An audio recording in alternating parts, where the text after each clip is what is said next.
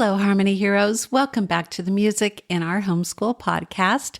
I'm your host, Gena Mayo, and today we're diving into a story that's really close to my heart, one that started about 11 years ago when my own kids were studying 20th century history.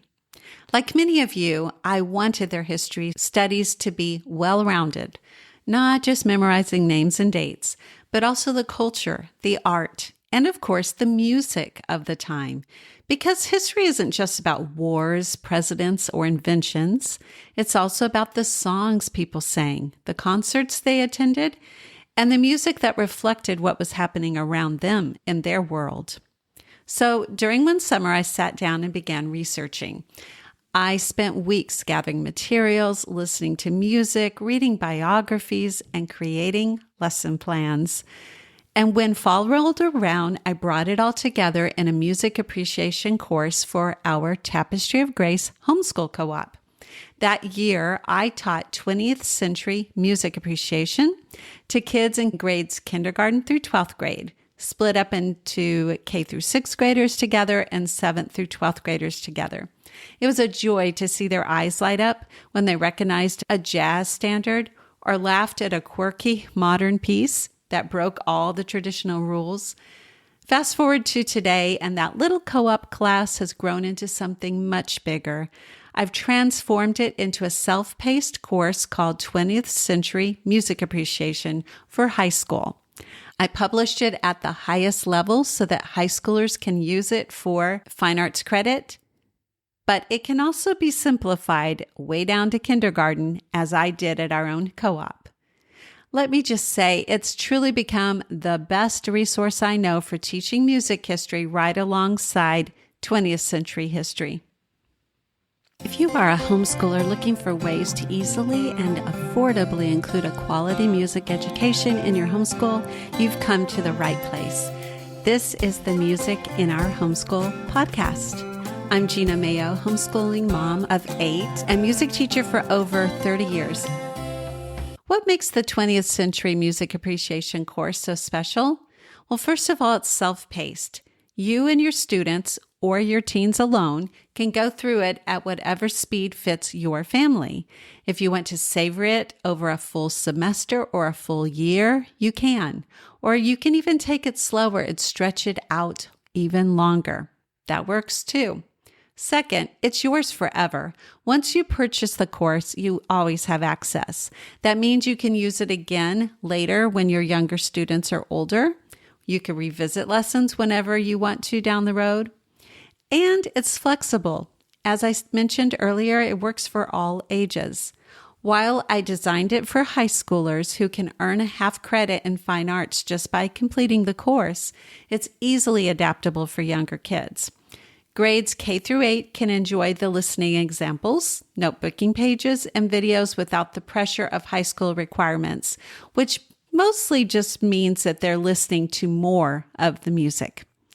And if you are part of a homeschool co-op or even a private school, there is a license option, so you can use it in a group setting just like I did at my homeschool co-op.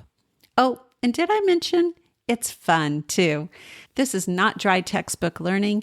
Every lesson includes embedded videos so that students can hear the music right away.